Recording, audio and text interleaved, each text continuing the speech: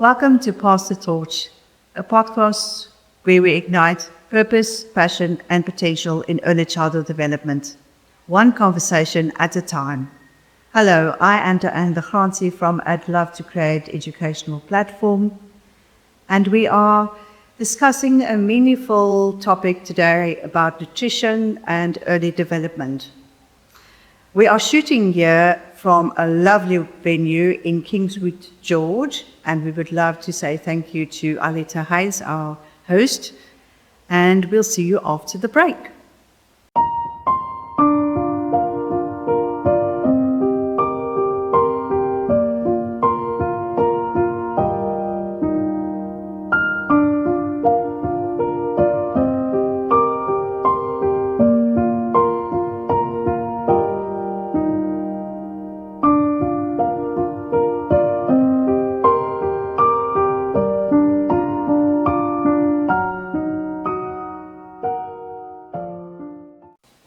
Well, welcome back to our episode of Nutrition and Early Development. And as I said, we have three lovely guests here today, and I would love to introduce them. On my right-hand side is Cecily. She's a specialist in fermented foods. And on my left is Tracey Yates. She's a specialist in child development. Wonderful. Yeah. And Ilze Jordaan, she is a lifestyle and nutrition coach. That's correct, yes. So yeah, thank you for being here today. I think it's a fantastic opportunity to have a wonderful discussion about nutrition. And the first thing I would really like to ask you, ladies, one by one, is why nutrition? Why nutrition for families? Why nutrition for foods? Ilze, can I start with you? Yes, my story started 21 years ago when I had an unhealthy family. So my kids were constantly ill and in and out of hospital, allergies. My husband was diagnosed with arthritis. I had IBS, chronic bronchitis, so the whole lot was just terrible. And we decided enough is enough. So on one holiday in 2004, we went on a lifestyle program, and within 12 weeks, everybody was healed and full of energy, and that changed our life. And since then, I've started to do research on nutrition, and especially for kids, because they were toddlers. And when they went to school, I knew exactly what to do with them food-wise to help them perform at their best. Yeah, that was the beginning. That's fantastic. It's a lovely story to tell. And I think there's many people that's going to relate to that. And that's why we invited you to be here today. It's all about family and the importance that we want to portray about nutrition. Thank you so much for being here. Tracey. Yeah, so from my side, I've also got a long journey with childhood development, and also how the relationship with food is important with kids, and how as parents we can instill that early on. And the earlier the better. Yeah. Early intervention is key with little ones. And I noticed that also my son, although he's 19 now, he struggled with concentration at school, and certain things that I could do for him nutritionally and also emotionally just gave him the best chance of success at school. And going forward as an adult, his relationship with food is a good one. It's a balanced one, which I think that's what we strive for. Yeah, obviously. And I've been in early childhood development for years, and me having a preschool, we actually gave food at the school. And it was one of the key aspects for me to focus on nutrition and how important it is, and to actually give that service, because parents and families are very busy these days. So we really focused on really to give really good food, because as I said, we've got busy lifestyles, and if we can portray a service and the emphasis on nutrition is very important. Thank you, Tracey. Thank you for being here. We're going to have a lovely discussion today. And Cecily, on my right, is a specialist on fermented foods. I'm a great fan of yours, and I use your products. And they're part of my lifestyle. But please, tell us about your story. Yes. You've got a lovely story to tell. Your fermented foods is not just good for us grown-ups, but I think especially for the kids. And my journey started with my own child 7 years ago, as I had to breastfeed, and he was born by a cesarean section as well. Not by choice, but that's been out. So then you do with that the best that you can. So I already was very interested in fermented foods, and then by trying to help him, I really started diving deep into what these foods and drinks are. And just by seeing the healing it had on him, and later also in his life that he is on the spectrum, he's all autistic, I was really glad that I'm on this journey already of fermented foods. And I think that whole gut-brain connection and how important gut health is to our children. So I started diving deep into fermented foods, and I've got a full-on production of producing, selling, and also teaching workshops, giving workshops for people, Yes. and to give the best nutrition and the knowledge of fermented foods and to make it at home for their families and for their kids especially. Yeah, oh, that's wonderful. Yeah. And all the details will be in the show notes for any reference or questions you want to ask them regarding their speciality. That will be there. Yeah, the other question I would like to ask, and anybody can answer, it's about what role does nutrition play on brain development? Ilze, maybe Tracey? Well, from my experience as a teacher initially, for 15 years, I saw the impact of nutrition on my students' learning. So I taught grade noughts, and they were a bunch of busy little boys. And so right before the day even started, we had a little crunch and munch. And so in the classroom, they all got out their little carrot sticks and their water or their dates or their biltong, and that calmed everybody, regulated their systems so that we can actually be present and concentrate. And if anybody wanted food during the day, it wasn't like olden days where you had certain times to eat. If your system said you were hungry at that point, that's what I used to do for my class. And it was good for children to learn to pick up on those messages that their system's giving them, that I'm hungry or I'm full or I'm thirsty. That's important. Yeah. Yeah. I love that, Tracey. I think teachers or people that's in the profession, that's an absolute skill that teachers must teach themselves, or learn themselves, or educate themselves to actually analyze their kids in front of them. If it's little toddlers, preschool, high school, it doesn't matter. Is to know, because that is so much knowledge, and you're gonna work differently with those kids. That was a lovely tip that you gave us regarding that, and it's not even 5 minutes.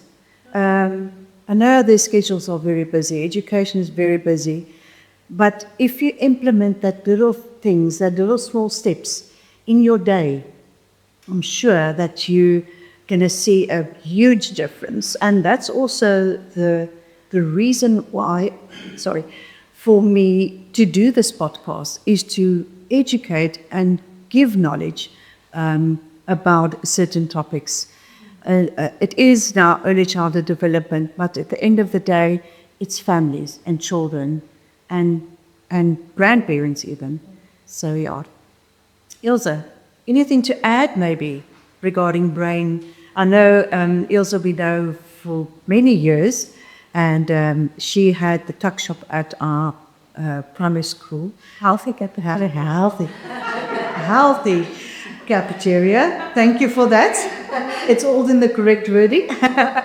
But yes, and that was a wonderful, maybe you can maybe just say something about that later on. But yeah, let's get back to the brain development and I think what you've done is beautiful, because kids are hungry, and my little one did not eat breakfast at home. That was just her preference here.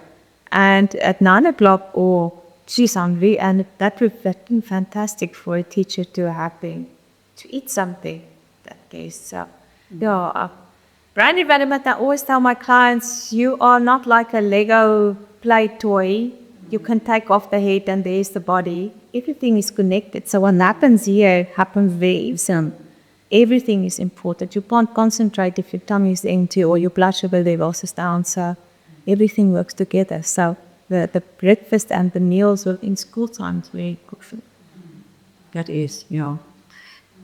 Cecily, something to add maybe? Yeah, I think it's very important also that for their first meal of the day, also that it's protein rich, and if you can add some very beneficial microbes in there, like with milk kefir or with a nice yogurt. That is maybe a yogurt that's not store-bought or, or flavored, store-bought, I can say that. That is full of artificial sugars and preservatives and things like that. But a natural yogurt or a smoothie or something that you've made at home with a milk kefir, yes, I think that the gut is so important to our health, and so many systems of our body, that actually our whole body, that is so that benefits from a good, healthy gut. So if we get our guts right and we feed it the beneficial bacteria and proteins and oils and things that we need, yes, we definitely, I think for our kids, just their performance and everything, it makes such a difference. Well, that is quite a mouthful. And yes, thank you for that wonderful information regarding why do we do what we do and portray this information regarding, because we want to portray a good wellness in families. And I think my takeaway would be to know that there's a connection between your gut health and your brain development. We'll see you after the break.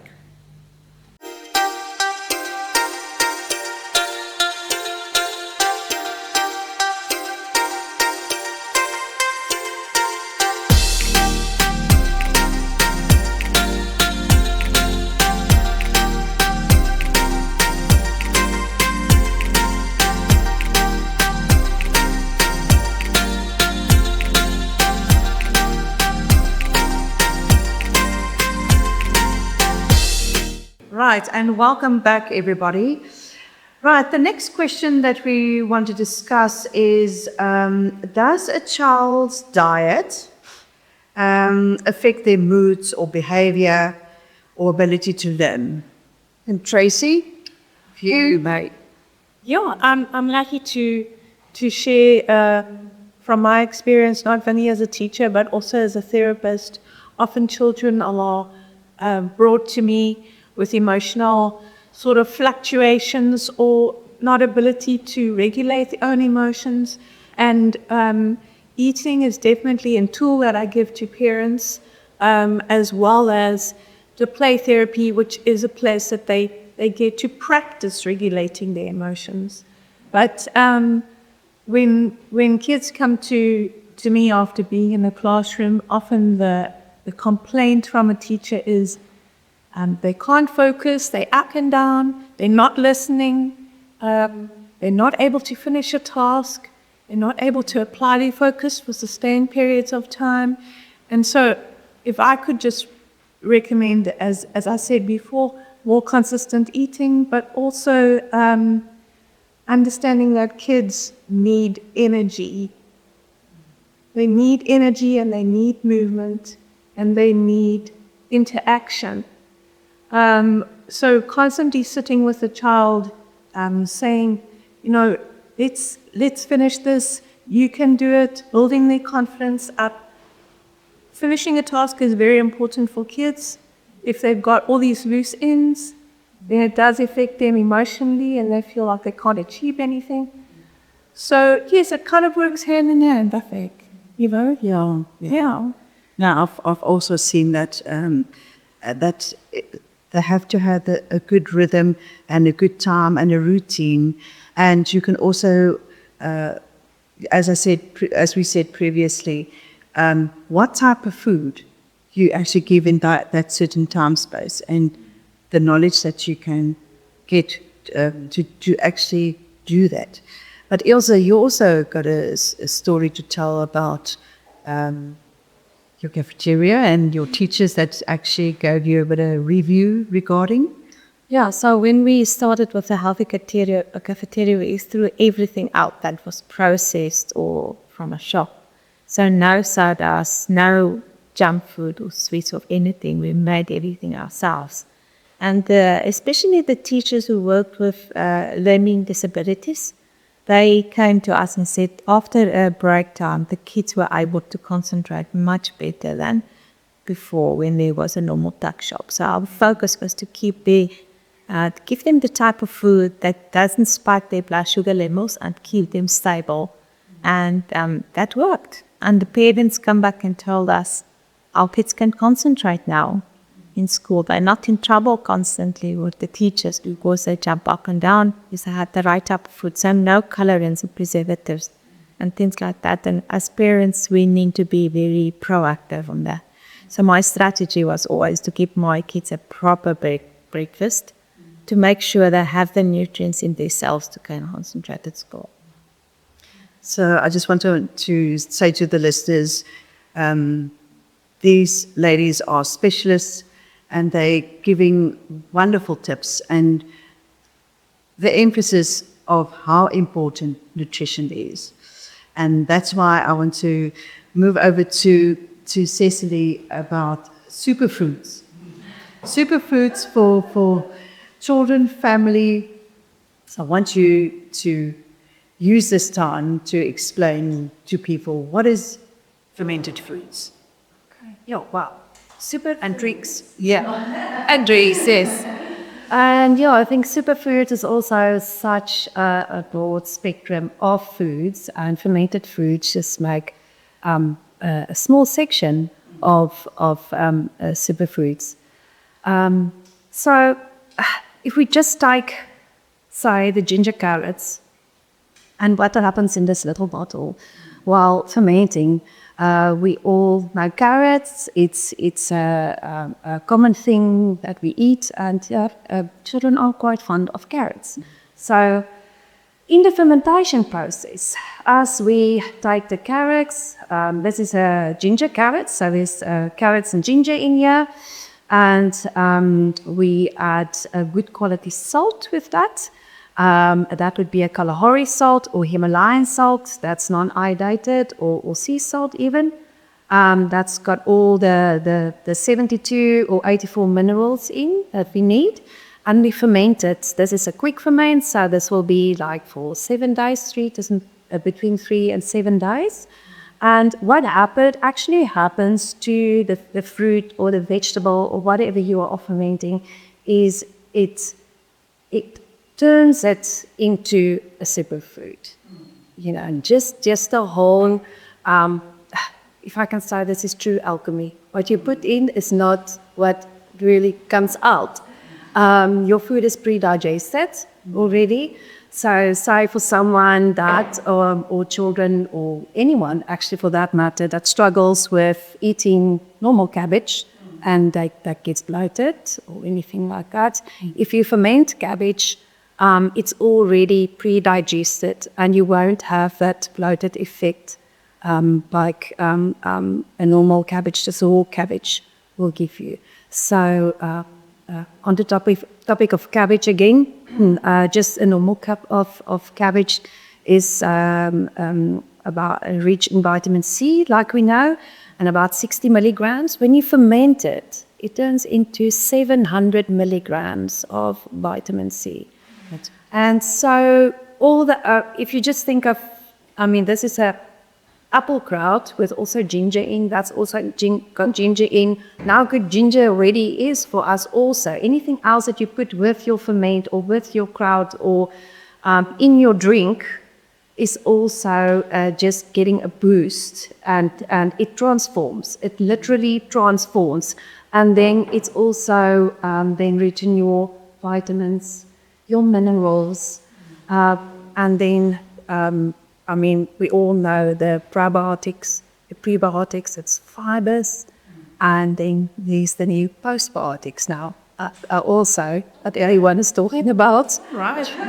So yes, these just plain simple foods, by the process of fermentation, they turn into a really potent powerhouse, yeah, I would say. That's fantastic. And you had such a lovely journey with these products and your talks.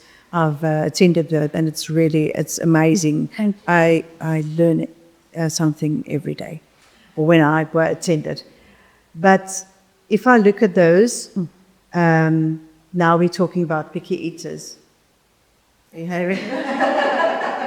Because I know people is going to talk, say, you know, kids, as there's a lot of kids having picky eaters. Yes. So where does this going to fit in? Yes. I mean, if you already say to someone, or you go to see someone, and I've got a child that's a picky eater, you almost want to take a breath and say, okay, where do we start? So now someone, your therapist or nutritionist, say, let's bring in fermented foods. And then there will obviously be a pause and a sigh and just think, how in the world? Yeah. So picky eaters and fermented foods is almost something that you won't put on the same table or even consider. But there is definitely a way of doing it. If we want to start maybe with a drink, say this is a blueberry water kefir I've got. And I've got many flavors, but this is more like a child-friendly flavor.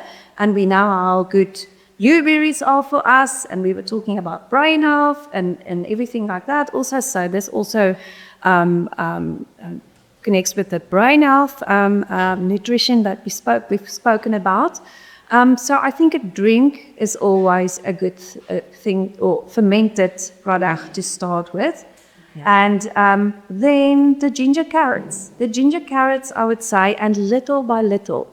I know a lot of kids, especially like at my son's school, is very sensory sensitive as well. And now you want to bring something in that is for them foreign taste also.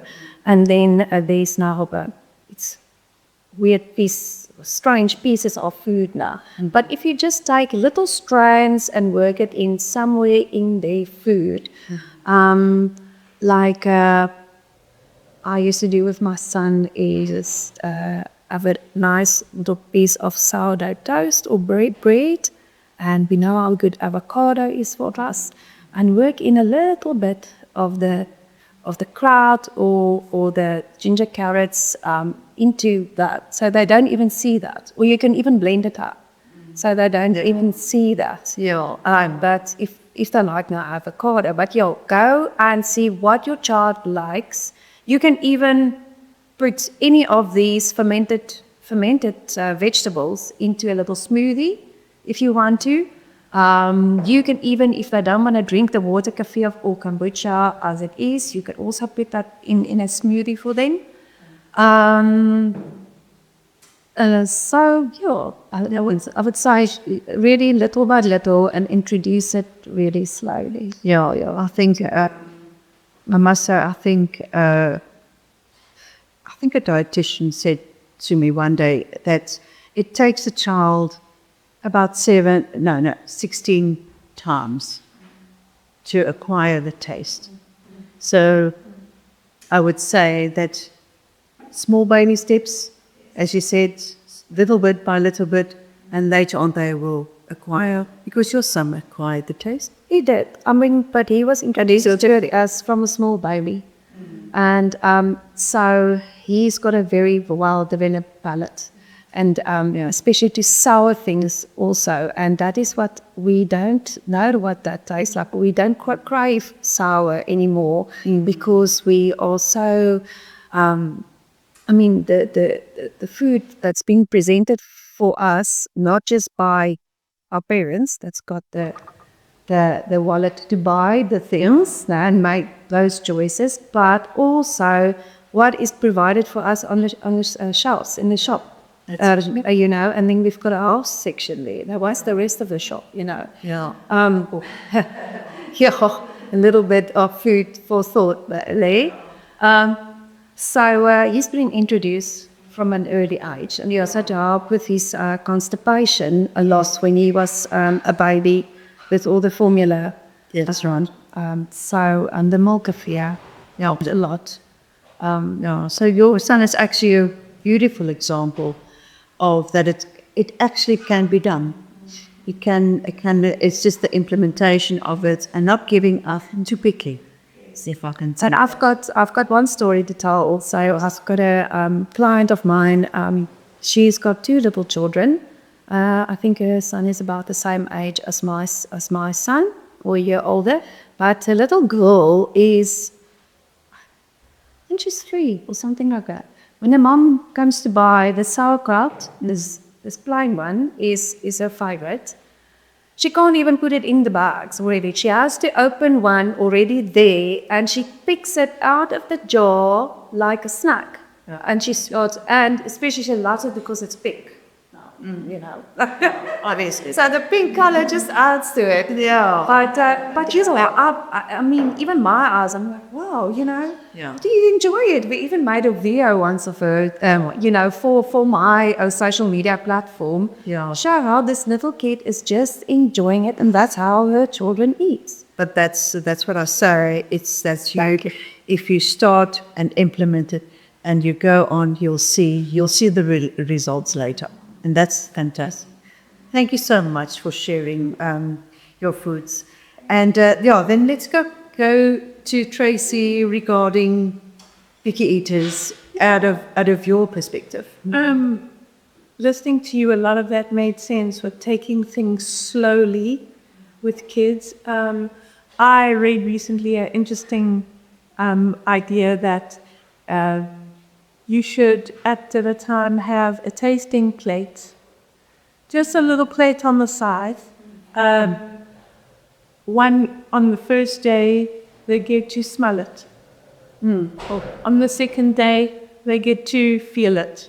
On the third day, they get to take it a little bit closer. And on the fourth day, they get to maybe just taste a little bit, but don't swallow it. So the expectation is very low. The pressure is very little. And so, and on the last day, they might swallow it or they might spit it out. But the point is that to persevere as a parent, because you recognize that there is a bigger picture for how this is going to turn out. And so definitely variety is important that you said. And autonomy on the child is important. The ability to make their own decisions. So if you engage a picky eater in making food, you might find that they actually like more than they think. Because the whole process of getting excited or feeling something, or even just engaging with food, not even eating it yet, it goes a long way in getting a picky eater excited about food. Yeah, I think it's the introduction. It is. It's the introduction, and not just leaving it and say, just, well, I'm a picky eater, or Chance a picky eater, he's not going to eat this. Introduce it and see what happens. And that's the beauty of it. Yeah. And also And you're amazed. Sometimes we're amazed. we are amazed. Our children are very, the minute they know they're making decisions, that is half the battle. So even when you prep supper, your brain actually goes through a stage of, and you can probably back me up here, that it's preparing to eat. Yeah. So the hormones are released already, even before you're sitting at the table. When you're prepping, your stomach starts to send the juices through. Yeah. So there's so much that we can actually benefit from in involving our children when we feed this. Yeah. And it's a lovely process. So it's really, and wonderful. yeah. And we're going to take a small break, and then we're going to have a discussion about mindful eating. See you there. My Little Light is a specialized child therapy practice offering support through play therapy, parenting guidance, and educational workshops in schools. We focus on compassionate, individualized, and evidence-based therapy for children of all ages. Have a look at our website, www.mylittlelight.co.za. Right, we are back with our last segment, and we're going to talk about mindful eating, or mindful eating. And I would really like to ask our guests, what is their take about mindful eating? Let's start with Ilze. I think it's about intentionality for the month and to make it fun. Kids love lekker and fun, and we should always use that as our starting point. So me and my daughters watched MasterChef when they were little, and then they were out into my kitchen to create. And I didn't have a lot of junk food or options there, so I had to create with the healthy options that was in my kitchen. So sometimes we had salad with yogurt on top of it. It was quite funny. But we enjoyed the moment for them, creating something beautiful with food and enjoying that and exploring. And I believe part of the mindful eating is exploring with your eyes first. So I never restricted on including foreign vegetables. So like at the school we made wraps with peppers and salad and spinach and cucumber and a lot of things, and avo, and the parents would tell me, my kids don't eat the peppers, and I said, well, they're eating the wraps. But they explored it first, and then at first they take it out, and then later they just eat it and say, okay, I like it. And it's not making war.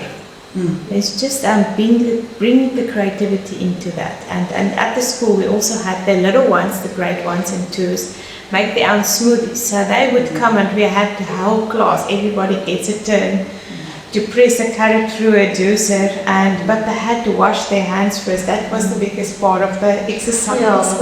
But then for them to make their own carrot juice and then taste it, and everybody was keen about that venture. So bringing the mindfulness into what's your strategy to get your kids on board with the whole thing. No, that's what also I had the experience as well with the kids. We actually talked about the food. What's in your plate? How does it taste like? And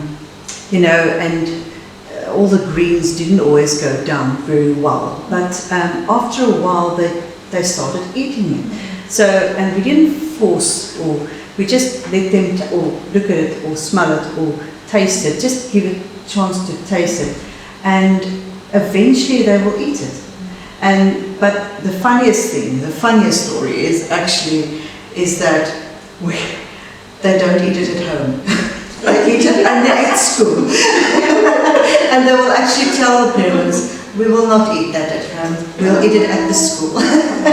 Because everybody's sitting around the table, and that's another thing that normally doesn't happen at home. So we created that environment.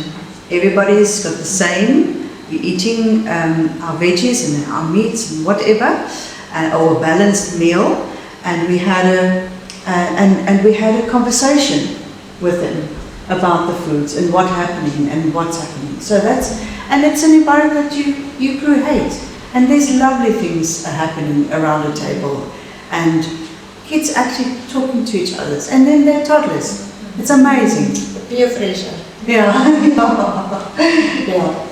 And Tracey, what will your take be? Yeah, my take kind of links into what you said about sitting around a table. We all intrinsically know that sitting around a table is good for us. Yeah. The family time is good for us. Everyone these days has different schedules, so each child will have a different sport and this and that, and you just throw food at that one child when you see them, and then the husband eats later and the wife's. So even if you choose once or twice a week, just be gentle on yourself and just try get once or twice a week right, that everyone sits together and the kids have been involved in the processing of the food and even in the choice of food. In my family, sometimes we have a theme night, and I'll say to Connor, what kind of food will you want to try? And we will research it, and it doesn't have to be an expensive exercise. But everyone is just modeling as parents how to, when we eat together, we put our phones away, because nothing is more important than you guys here now. Yeah. And we are eating and talking. And those little kids that have a chat with each other, it's because you guys have modeled what it is to be interested in someone, mindfully aware of their presence, eating together and appreciating the time. Yes. So that's for me is a mindful. There's such a lot of skills around the table. You Yeah, have the social yes. connection. Yes. And the talking and the, just having fun. We even used to practice having a little restaurant in my classroom. Yeah. So we used to sit and people didn't want to be the waiter. Yeah. They wanted to be sitting getting served, and it was chatting and this and what is polite and this and that, and it's great. Right, that's a wrap for our wonderful and meaningful discussion today about nutrition. And we're going to end off by asking each guest the one key message that you would give the listeners. Let's start with Cecily. Well, I would say there's already so much fear around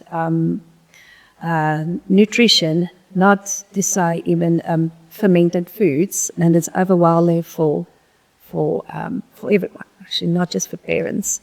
But I would say take it slow, take it day by day, and try to introduce something new every day. Wonderful. And Ilze? Well, I think if you want to go from here to there with your family on the health journey, it is important to educate yourself. You cannot grab anything just out of the air. Just step by step to decide on a strategy and then implement that. And again, and like you said, take it slow. You're not on an island or have all the time in the world. You're in the real world with real challenges. So take it slow, but be on a journey where you educate yourself and get all the information you need to make the change. So you don't want to go one step forward and two steps back. If you have a strategy plan, you can move forward with this and see the change in your family and involve everyone. Tracey.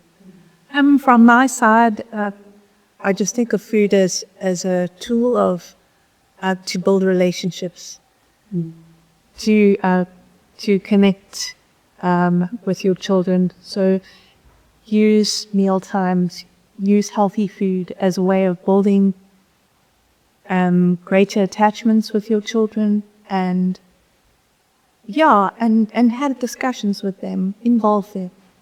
They have a lot to say. They have a lot to say. They do. And if I maybe can say something is if you go to any shop and you start buying your products, turn them around, look at the labels, see what is in that specific products, and if you don't know that certain product, read about it. And that's why I can say or integrate that with what Ilze said, is that educate yourself, and you will be surprised to see what you are going to find.